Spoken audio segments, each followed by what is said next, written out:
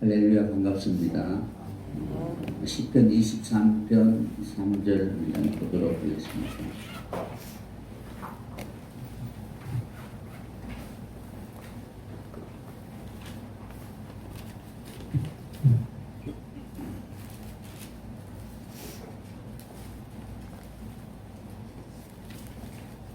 (23편 3절을 같이 함께 읽도록 하겠습니다.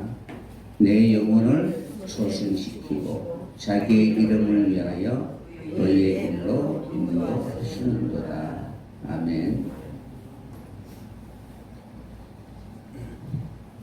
우리의 영혼을 회복시킬 수 있는 분은 하나님이십니다. 여러분들이 어제 잠깐 언급해 드린 것처럼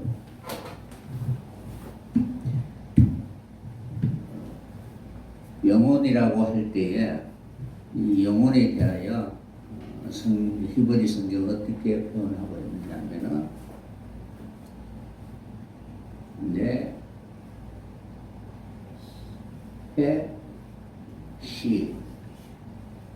네페시라고 이렇게 기록되어 있는 데가 있고 샤마 그리고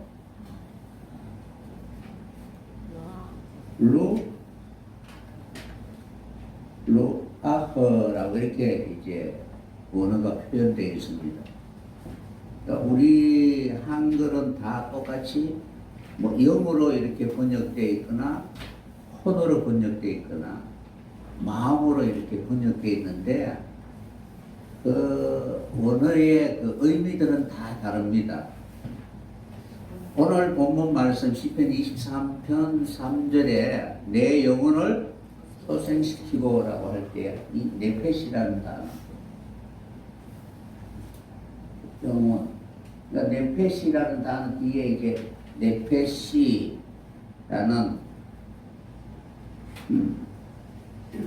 나퍼시 그러니까 몸은 나퍼시 이렇게 되어 있습니다. 나퍼시 그 다음에 소생시키고 라는 단어는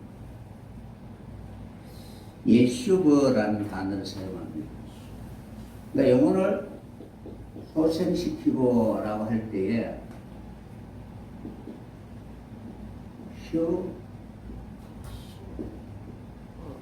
슈버 이렇게 그러니까 요 단어가 더 붙어 있습니다.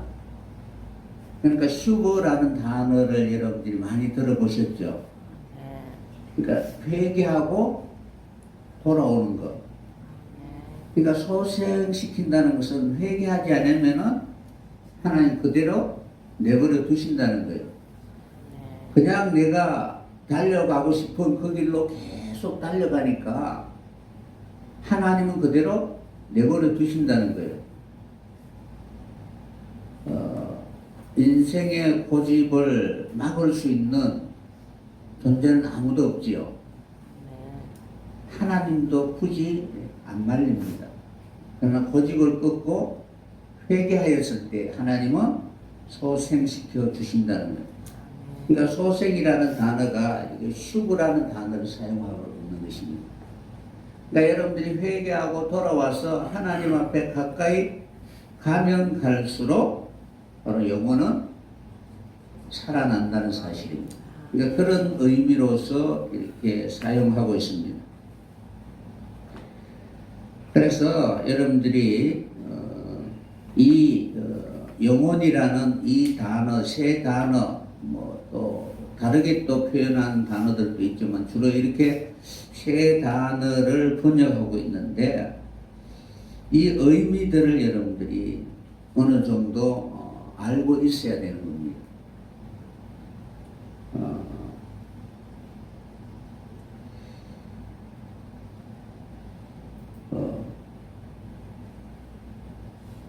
지금 시인의 영혼의 상태가 네페시 상태이잖아요. 그죠? 그러면 이 네페시가 될 때는 어떤 내용이냐면은 코에 입김을 풀어 넣어주면은 호흡할 수가 있죠. 그 호흡할 수 있는 그러한 상태가 바로 네페시다라고 이렇게 할 수가 있는 것입니다.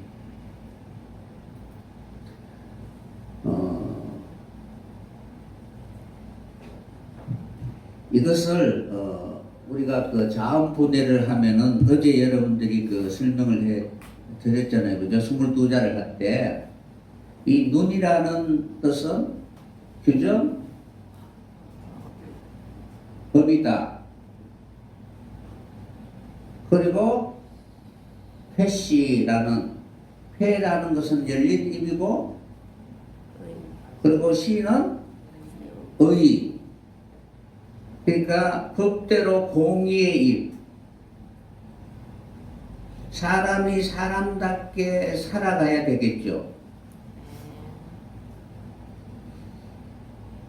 그런데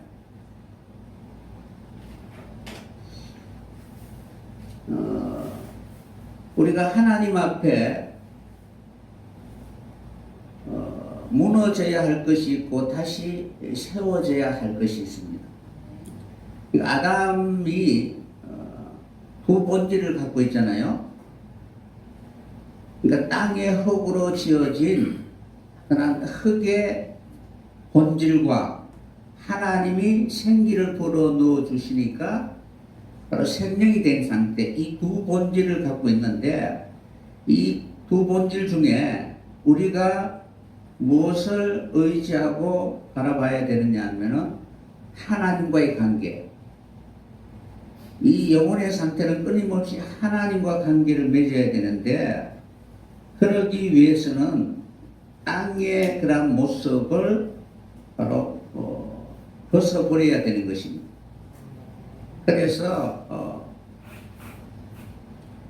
파시라는 이 단어는 어디에서 왔느냐 하면은 붕괴하다라는 그런 단어에서 왔습니다.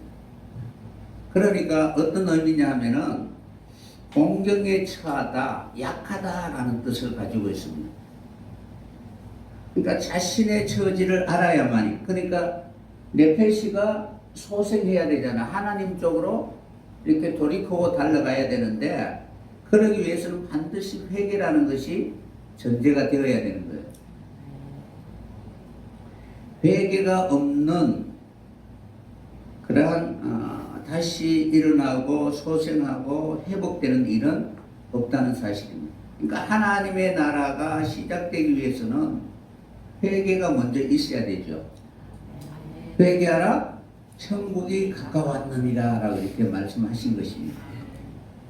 그런 의미가 가지고 있으니까 여러분들이 시편 23편에 기록된 내 영혼을 소생시키고 라는 것은 하나님이 목자가 되어서 우리를 어디로 이끌어 가는가를 우리는 알 수가 있는 것입니다.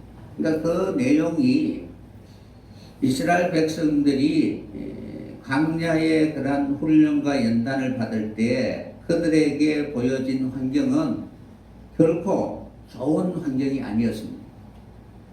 그러니까 다윗이 그러한 고백을 한 것처럼 이스라엘 백성들이 실제적으로 40년 동안 부족함이 없었는데 하나님이 입히시고 먹이셨잖아요. 결코 그들이 의복이나 먹고 마시는 것이 부족한 것이 아니었다는 사실입니다.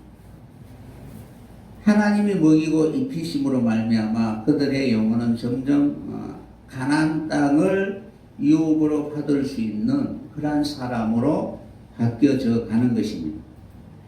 그런데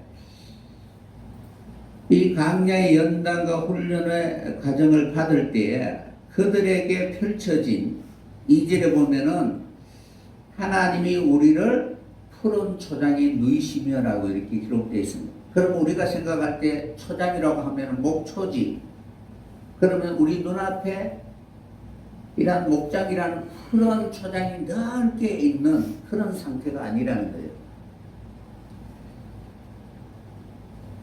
왜냐하면은 우리가 쉽게 발견할 수 있는 그러한 안식처요. 그리고 쉼이 있는 것이고 내가 마실 물이 풍부한 그런 상태가 아니라 1절에 보면 하나님이 우리의 목자가 되셔야 하는 그 이유를 설명하고 있습니다. 하나님이 우리의 목자가 되면은 우리로 하여금 푸른 초장으로 인도하시고 그리고 쉴만한 물가에서 물을 먹을 수 있도록 하나님이 이끌어 가신다라고 이렇게 기록되어 있는데, 이 단어는 창조의 그런 능력과 힘이 있어야만이 그 역사가 이루어지게 되는 것입니다.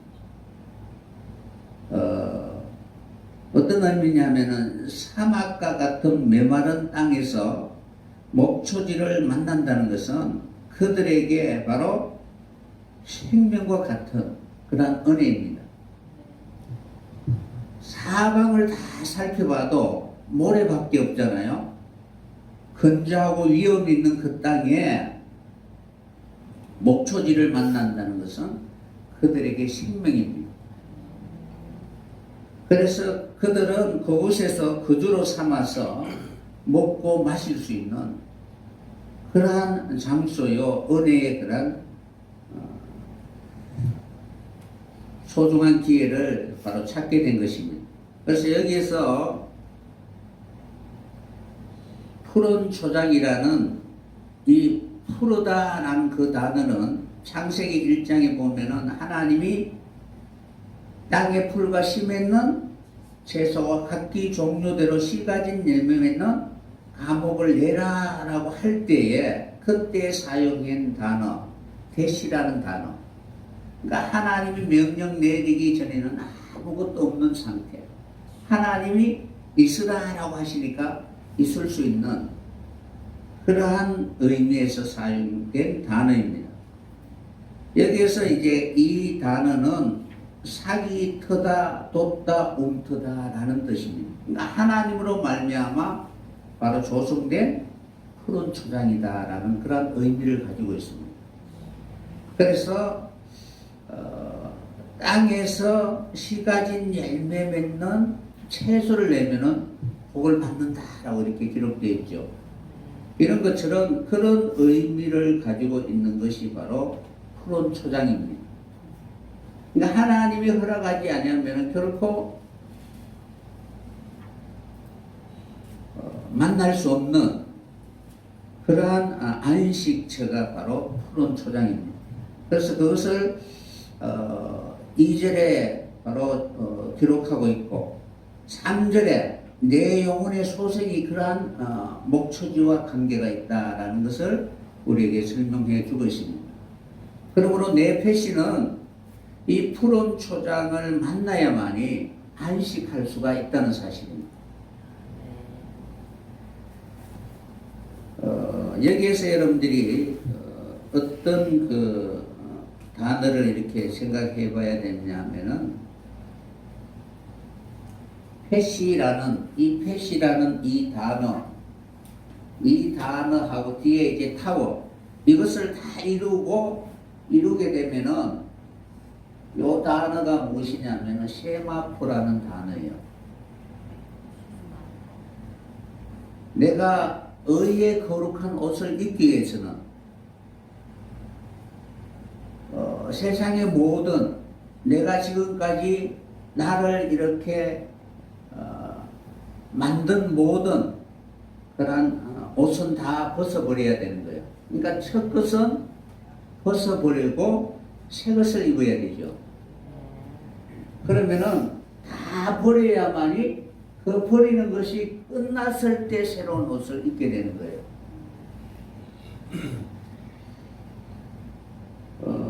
갖고 있는 의미가 바로 그러하다는 거예요. 그래서 이 내용은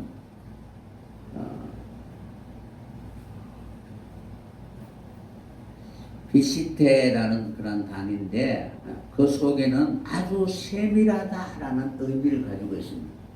그러니까 여러분들이 이 옷이라는 것은, 의의 옷이라는 것은 우리가 그 옷을 앞뒤 순서도 없이 자기 마음에 드는 것을 입으면은 사람이 못나 보이잖아요.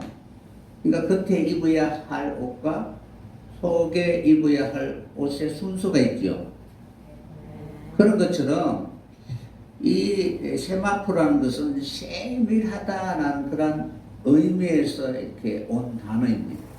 그러니까 가로 세로로 아주 세밀하게 짜여져서 악은 어찌하든지 바로 침투할 수 없는 그런 상태를 말하고 있습니다.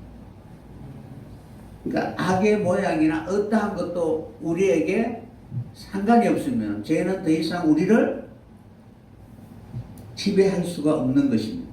그러니까 내게 그러한 성향이 없으면 그러하다는 사실입니다. 그런 의미로 바로 기록되어 있는데 오늘은 설교하고자 하는 그런 의미가 아니고 그러니까 여러분들이 이러한 단어, 영혼이라는 단어를 사용할 때에 주로 어디에서 사용하는가를 잘 히브리적으로 바로 알고 있어야만이 오역을 하거나 잘못 번역하지 않게 되는 것입니다. 근데 이 내용을 네페시는 반드시 하나님의 도움을 입어야 되는 거예요. 마치 애굽에 있는 이스라엘 백성들이 출애굽하기 위해서는 하나님의 강력한 그런 힘이 역사하셔야 되죠. 그들이 그 애굽의 권세에서 자기 스스로 벗어날 수 있는 그런 힘이 없습니다. 그러니까 우리가 세상에서 교회로 나오게 된 이 모든 동기가 내 힘으로 나왔다라고 생각하면 그거는 오해라는 거예요. 하나님의 환경이나 상황이나 어떠한 그런 역사를 통해서 어쩔 수 없이 하나님을 의지해야 하는 그런 순간을 맞이하게 되었고 그 순간에 바로 누군가를 통해서 내가 예수를 믿게 되었다든가 하는 그러한 기회가 있었을 것입니다. 그런 것처럼 하나님의 도움을 반드시 입어야만 우리로 하여금 바로 오늘 말씀에 기록되어 있는 것은 소생함을 입을 수 있고 구원받을 수가 있습니다.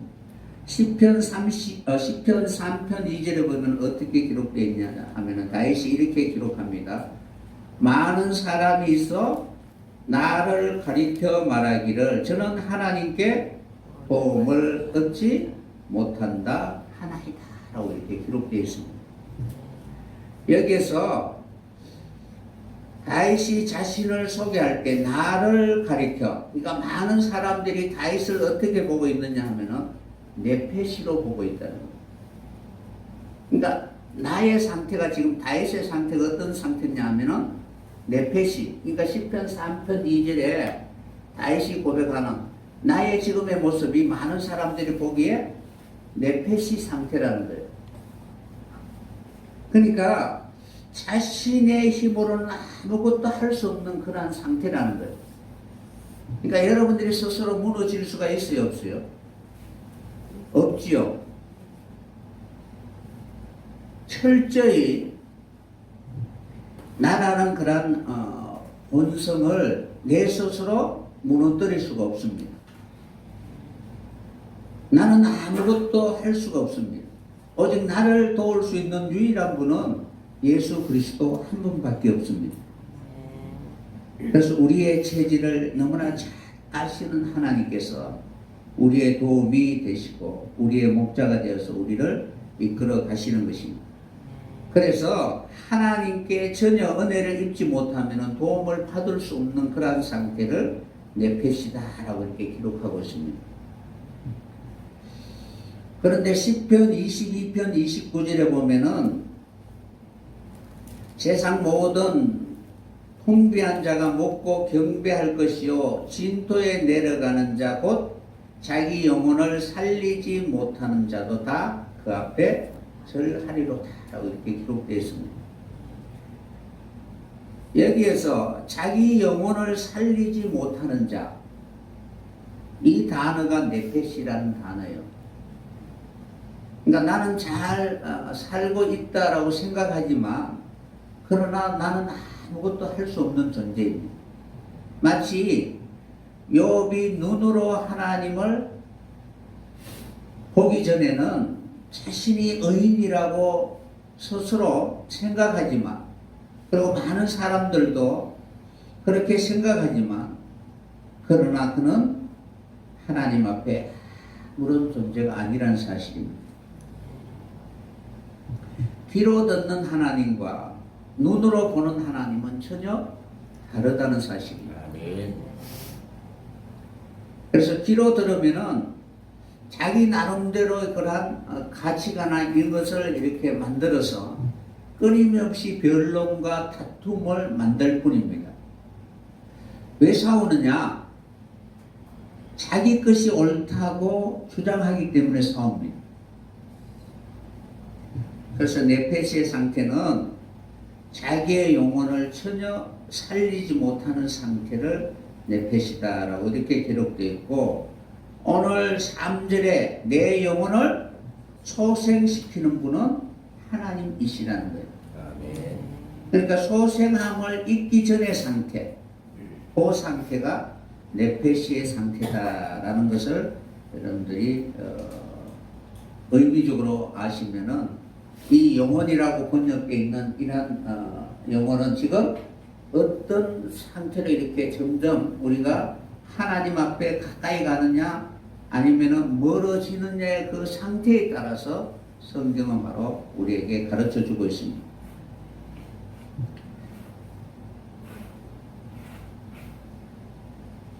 시편 49편 18절에 보면은, 저가 비록 생시에 자기를 축하하며 스스로 좋게 함으로 사람들에게 칭찬을 받을지라도 그 역대의 열조에게로 돌아가느니 영영이 빛을 보지 못하리로다. 여기에서 이제 자기가 자기를 축하하고 좋게 여기고 위로하고 하는 그러한 상태. 그래서 생시에 하나님이 우리를 인도하시고 이끌어가는 삶의 모습이 아니라 자기가 계획을 세우고 하는 이런 모든 상태가 바로 네펫이 상태다라는 것입니다. 그러므로 오로지 우리에게 복을 줄 수 있는 유일한 분은 하나님이시라는 사실을 기억하고, 하나님이 언제 내게 은혜를 베풀어 주시고 내게 찾아올까라는 그런 간절한 마음으로 하나님을 바라볼 수 있는 그런 사람이 되어야 합니다. 고라 자손이 패역하고 난 뒤에 하나님의 성전에서 쫓겨났잖아요. 그래서 유리하는 영혼이 될 수밖에 없었습니다. 그가 시편 84편에 주의 장막이 어찌 그리 사랑스러운지요, 내 영혼이 여호와의 궁정을 사모하여 세약함으로 내 마음과 육체가 생존하신 하나님께 부르짖는 간절한 마음으로 지금 하나님과 다시 교제할 수 있는 그날을 사모하고 있습니다. 그러니까 하나님이 찾아오셔서 내 마음을 알아주시고 나의 탄식의 소리를 들어주시고 내 영혼을 소생시키기 전에는 영혼의 상태는 공고한 상태라는 거예요. 그래서 내 영혼이 다시 회복할 수 있는 방법은 하나님의 궁전, 그 성전에서 하나님과 친밀한 교제를 나눌 수 있는 그때를 다시 회복해야 된다는 사실입니다. 성전을 장사의 도구로, 매매의 도구로, 자신의 어떤 명예와 육신의 그런 수단으로 바라보면은 그 영혼은 진토에 갈 수밖에 없는 상태라는 거예요. 그래서 이러한 상태에서 이제 점점 하나님께로 가까이 가는 영혼의 모습을 이렇게 바로 히브리는 구분하고 있다는 거예요. 그래서 여러분들이 어느 정도 이러한 내용을 알았을 때에 내 지금 영혼의 상태가 어떠한가를 알 수가 있는 것입니다. 그리고 네사마는 동일하게 네펫이도 영혼이다 아니면 호흡이다라는 그런 뜻을 가지고 있지만은 네샤마도 그런 바람이라는 뜻, 그리고 호흡, 영감이라는 뜻을 가지고 있습니다. 그러니까 우리의 지성은, 우리의 영혼은 지정의를 가지고 있잖아요. 그러면은 우리의 마음은 끊임없이 하나님과 관계를 맺어야만이 누가 되냐 하면은 영감이 되는 거예요. 성령의 감동함을 입어서 성경을 기록한 사람들이 선지자잖아요. 그런 것처럼 이제 하나님에 대하여 영감을 가진 사람, 이란 사람이 바로 네샤마라는 뜻인데, 이 네샤마라는 이 단어 뒤에 이제 해라는 단어가 있으면 이제 네샤마 영혼이라는 뜻인데, 이것이 없으면 어떤 의미냐면 나샴이라는 뜻인데, 나샴 뜻인데, 이 내용은 무엇이냐면은 숨을 거칠게 내쉬다라는 뜻이에요. 그러니까 숨을 거치게 내쉬는 사람이 있죠. 누구예요? 그러니까 아이를 낳기 위해서 해산의 수고를 하는 여자가 바로 나샴이라는 단어예요. 그러니까 이 단어가, 그러니까 여기에서 이게 어디로 가느냐? 그러니까 십자가로 가는 거예요. 나샴이라는 단어가 바로 그러한 의미를 가지고 있습니다. 그러니까 그것을 벗어버리기 위하여 얼마나 거칠게, 마치 아이를 해산하기 위한 여인의 그런 숨소리와 같이 그러한 영혼의 상태를 네샤마다라고 이렇게 이야기하고 있는 것입니다. 그래서 하나님이 우리의 호흡을 거두시면 다 죽을 수밖에 없죠. 그러니까 인생에 자랑할 가치가 아무것도 없잖아요.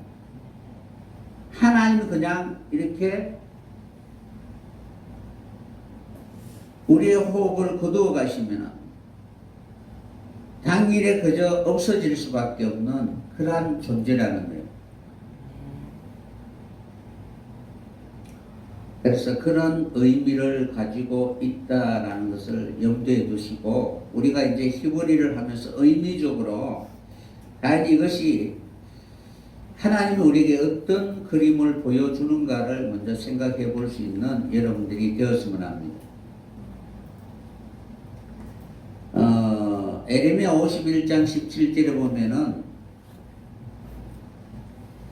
사람마다 무식하고 우준하고, 그리고 금장색마다 자기의 만든 실상으로 인하여 수치를 당하니 이는 그 부어 만든 우상은 거짓이요 그 속에 생기가 없음이라 라고 이렇게 기록되어 있습니다.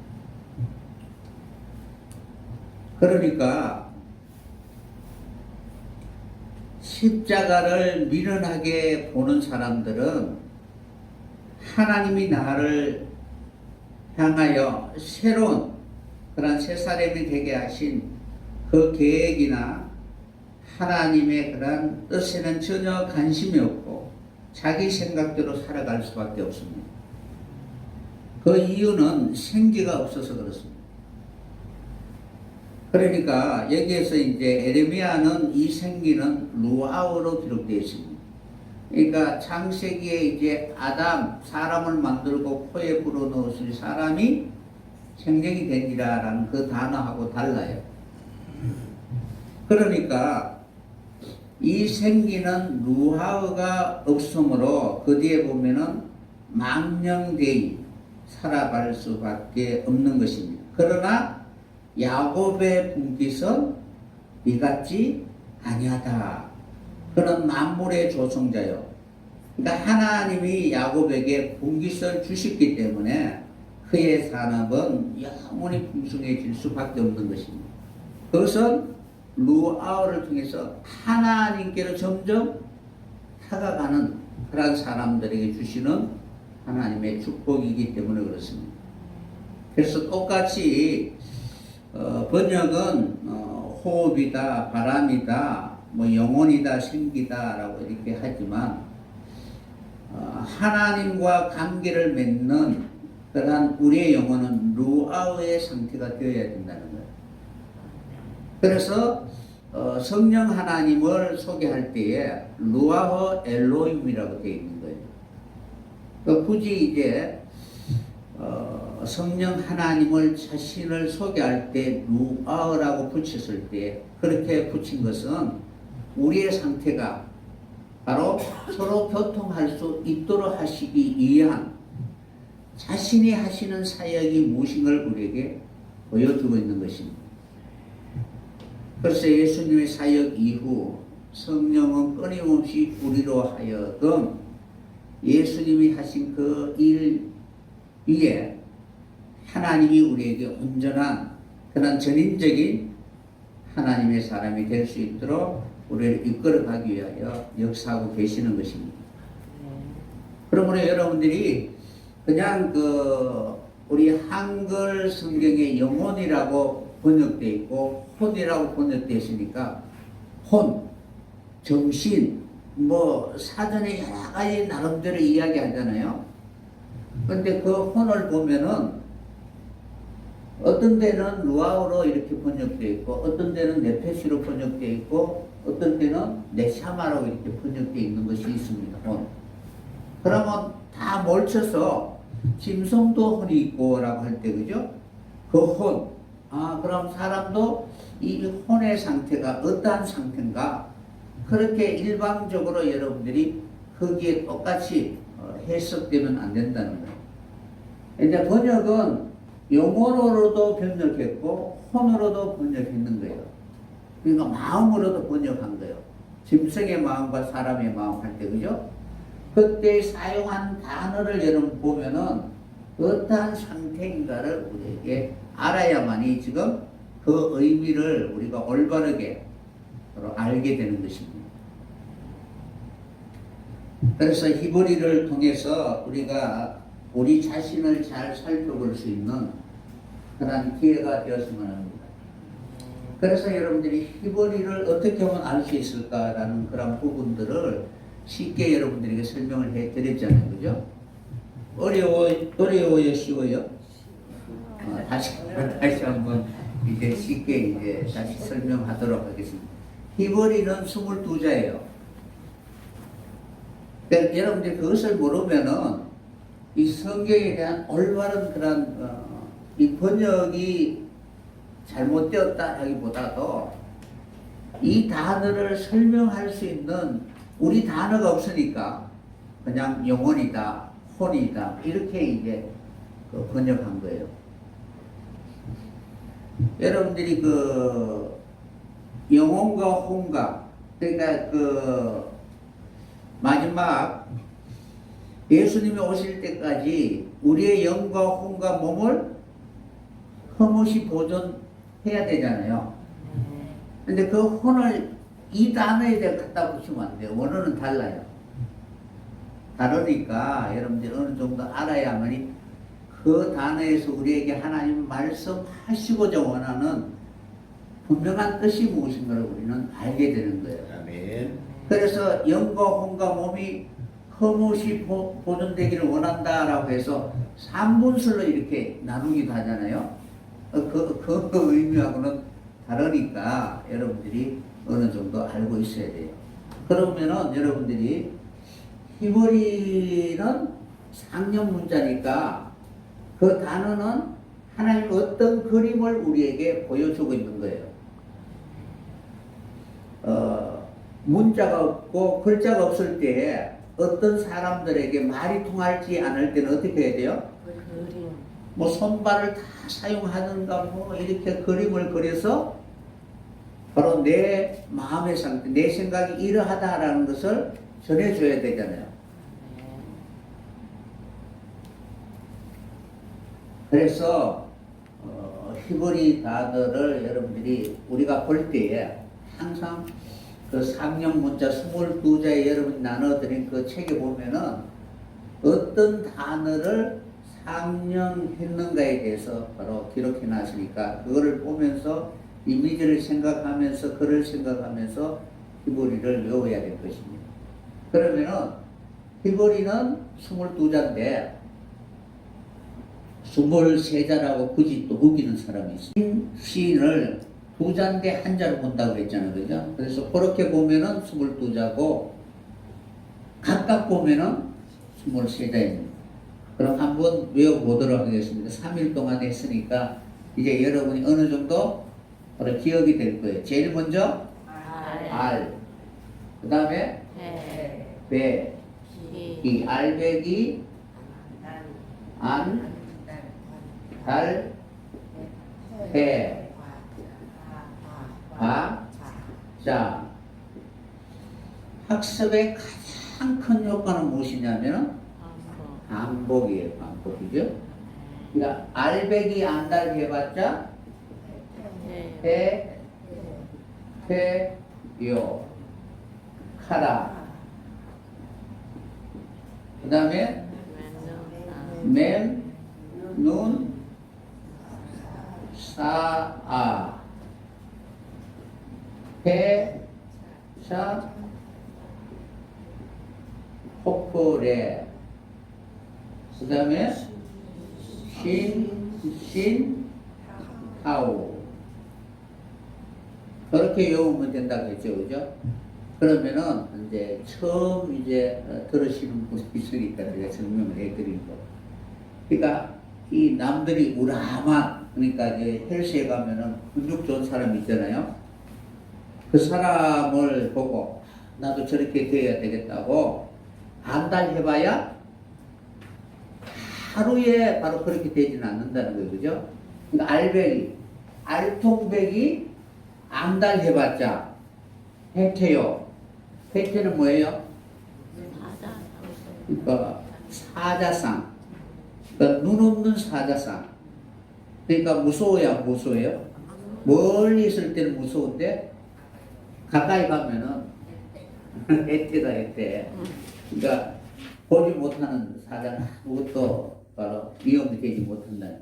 그런 것처럼 아무리 바로 해봐야 도루묵이라는 거죠. 그러니까 알배기 안달 해봤자 뭐 하루아침에 안 되니까 그럼 어떻게 해요? 지속적으로 꾸준히 노력해야 되는 거예요. 그래서 알배기 안달 해봤자 해태요. 해태는 가라. 그러니까 해태 눈은 가라. 그러니까 해태 눈은 보지 못하는 것이죠, 그죠? 그래서 맹눈사, 그러니까 눈을 이렇게 맨날 산에 봐야 뭐예요? 보지 못하니까 폐차시켜버리라. 폐차 코 풀어버리라. 폐차 코 풀에. 그 다음에 신신타오. 이렇게 이제 외우면은 22자 바로 외울 수가 있는 거예요. 다시 한번. 알배기, 안달 해봤자, 해태요. 해태는 카라. 맹눈사. 이 눈을 아무리 산에 봐야 보지 못하니까 폐차시켜버려. 폐차 코풀에. 폐차는 코를 풀듯이 아예 사정없이 풀어버리라. 폐차시켜버리라. 폐차 코풀에. 그 다음에 신신타오. 그래서 여기에서 이제 제일 앞에 요 단어가 음가라고 했지요. 그러니까 우리 말로 이렇게 읽을 수 있는 음가. 그래서 여러분들이 요 단어를 알아야만이 히브리 원어를 읽을 수가 있는 거예요. 그래서 요 단어가 음가인데 이것이 22자의 자음이다. 그리고 여기에서 이제 모음만 붙여주면은 읽을 수가 있는 거예요. 그래서 모음은 5개라고 설명을 해드렸습니다. 모음이 아, 에, 이, 오, 우. 또 5개가 모음이에요. 그럼 요거하고 이응하고 아가 만나면은 아, 에가 만나면 에, 이와 만나면 이, 오가 오와 만나면 오. 이렇게 읽어주면 되는 거예요. 그러면은 알레포는 아잖아요. 이음. 여기에다가 모음 아가 붙으면은 아. 아니면은 에가 붙으면 에. 그렇게 이제 읽어주기만 하면 되는 거예요. 그래서 여러분들이 그러면은 알배기 안달에 해봤자 해태는 타라 맵눈사 패차 폭불에 신신타오 22자에 이 5자의 그런 모음을 다 붙이면 읽을 수가 있는 거예요. 원칙은. 그러면 여러분은 이제 알이 무엇인가를 알아야 되잖아요. 그래서 여러분들이 이제 유인물로 나누어진 그것의 22자 알레포 벡터 김멜 달렉 해이 22자를 100번 쓰라라고 이렇게 했어요. 최소한 30번 이상을 쓰면은 여러분들이 22자를 다 알고 히브리 원어를 읽을 수 있고 쓸 수 있게 된다는 거예요. 아시죠? 그러면은 이 히브리가 각 이 3년 문자가 세 단어가 2단어 이상 세 단어가 합쳐진 것이 바로 단어라는 거예요. 히브리의 단어. 아까도 이야기했지만은 네, 회, 시라는 단어잖아요. 여기에 이제 뭐 여러 가지 붙는 것은 이제 그 명사냐 동사냐라는 사역적 의미에서 붙여지는 단어들이니까 요 기본적인 어원, 이 단어가 어떻게 22자가 조합하느냐에 따라서 여러분들이 나름대로 의미를 붙일 수가 있습니다. 그러면은 이제 22자에 대해서 알레포부터 이제 쭉 설명을 해드렸는데, 그거를 알아야만이 그 본래 가지고 있는, 패시라는 단어, 이제 뭐, 붕괴하다, 뭐 이런 의미는 그냥 붕괴하다는 그런 의미가 아니고, 양면서를 가지고 있으니까 여러분들이 아셔야 되는 거예요. 그렇게 하면은, 요 단어가 이렇게 붙여지면은 각각 가지고 있는 의미들이 있잖아요. 이 의미를 같이 조합했을 때 무엇을 뜻하는가 전체적인 그림을 이해하게 되는 거예요. 그러니까 네페시는 항상 어디로 향해서 가야 돼요? 하나님을 향해서 가야 되잖아. 내가 갈 수 있는 의지나 힘이 없으니까 반드시 하나님이 도움을 주셔야 된다. 그런 의미를 가지고 있습니다. 그래서 여기에서 이제 일단은 여러분들이 이러한 내용으로 22자 한글로 외우고, 그리고 이제 여러분들이 이제 히브리를 처음에는 조금 그리다 보면 어느 정도 서여지게 되고, 서게 되면은 이제 그 히브리에 대하여 두려움이 아니라 히브리는 쉽다라는 것을 알게 되는 것입니다. 그래서 오늘 이제 오전은 종합적으로 여러분들이 그런 내용으로 여러분들에게 이제 설명을 해드리고, 히브리를 볼 수 있는 방법, 그리고 어떻게 사전이나 여러 단어들을 바로 우리가 쉽게 알 수 있는 그 방법에 대해서 이제 설명해 드리도록 하겠습니다. 그래서 여러분들이 왜 알아야 되느냐? 이 단어가 이제 똑같은 단어인데 사용한 원어는 다 다르니까 그냥 훔쳐서 똑같은 의미로 받아들이면 안 된다라는 것을 조금 인식이나 이런 것을 여러분들이 바꾸었으면 하는 그런 바람입니다. 그래서 요즘은 사전이나 여러 가지 히브리를 볼 수 있는 프로그램이나 이런 것이 많이 있습니다. 많이 있지만은 여러분들이 보는 단어만 설명하는 거예요. 그러니까 그 언어 사전에 보면은 앞뒤, 적두사, 정미사, 뭐 간사, 정간사, 뭐 이런 것이 붙어서 단어가 복잡하게 이렇게 원어에 되어 있는데, 원어 사전에는 그런 거를 다 떼버리고 그냥 명사, 동상 이렇게 뭐 어근만 이렇게 기록해 놨어요. 그러면 그것만 열심히 보면은 원어를 보면 여러분 해석이 불가능해요. 그러니까 그 원어를 먼저 전체적으로 보고 반대로 이제 그 어근을 찾아가고 이 단어 속에 앞뒤에 뭐가 붙으면 어떤 의미가 되느냐라는 것을 여러분들이 알아야만이 영어 원어를 이렇게 갖다 놓으면 읽을 줄 알고 해석할 수가 있는 거예요. 그래서 여러분들이 절대로 이제 원어 사전 보는 방법을 모르면은 원어 사전 보면 여러분들이 우리 한글 성경에 이제 어떤 중심 단어가 있으면 사전을 찾잖아요. 사랑 크면은 사랑에 대해서 사전을 찾으면은 이제 거기에 대해서 아합도 사람 여러 단어들이 있잖아요. 그 단어 보면은 원래 원어에 기록되어 있는 앞뒤에 기록되어 있는 접두사, 접미사 여러 가지 그걸 다 떼버리고 그거만 해놨기 때문에 그거만 보면 여러분들이 잘 몰라요. 또 오늘 그러니까 여러분들이 이러한 방식으로 배워서 어떻게 변화되는가를 하면은 더욱더 여러분들이 성경 말씀을 담대하게 이렇게 전할 수 있는 그런 동기가 되게 될 것입니다. 그런 마음으로 이제 우리 동영상을 이렇게 하나씩 기초부터 찍고 그리고 히브리에 대한 어원이나 이런 것을 이제 근거를 이렇게 남겨두시면 이 원리를 알면은 여러분 쉽게 이렇게 접근할 수 있게 될 것입니다. 그래서 여러분들이 더욱더 많은 사람들에게 하나님이 우리에게 전하고자 원하는 메시지를 전할 수 있는 그런 전도자가 되었으면 합니다. 그러면은 이제 6시 48분인데 7시까지 다 같이 통성으로 기도 드리도록 하겠습니다.